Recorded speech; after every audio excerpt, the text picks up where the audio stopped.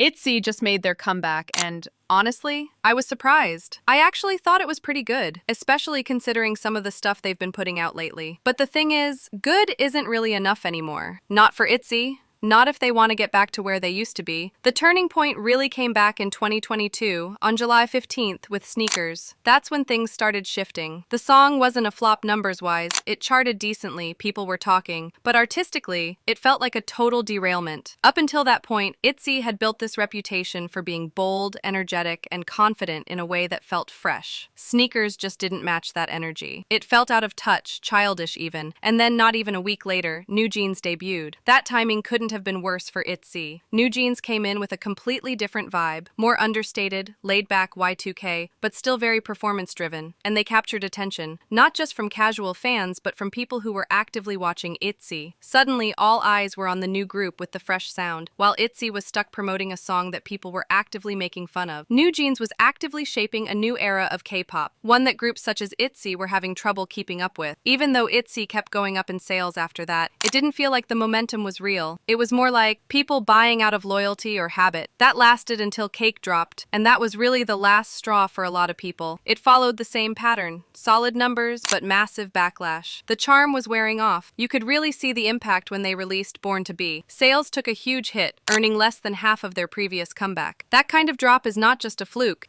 That's people backing off. Fans weren't just passively disappointed anymore. They were actively opting out. No more blind pre-orders, no more hype just for the name ITZY alone. And their next release, Gold, didn't really fix anything. It had a couple decent tracks, sure, but nothing that felt like a return to form. It just sort of kept them floating, visible, but not really present the way they used to be. Now, with this newest project, I don't think it's going to change the public's mind all that much. Even when people talk about ITZY's newer music, the conversation almost always circles back to Sneakers or Cake, the two songs that really shifted how people view the group. There's just this lasting perception that ITZY lost their edge, and once that kind of narrative sets in, it's hard to shake. Of course, they still have a core fan base, and that's not going anywhere. There will always be people supporting them no matter what, and that's great. But in the bigger picture, it feels like the group that was once leading the fourth gen has kind of faded into the background. Not because of one bad song, but because of a series of choices that slowly chipped away at the identity they worked so hard to build. It's sad, honestly, watching a group with so much potential fall off not because they stopped working hard, but because somewhere along the way, the vision got blurry.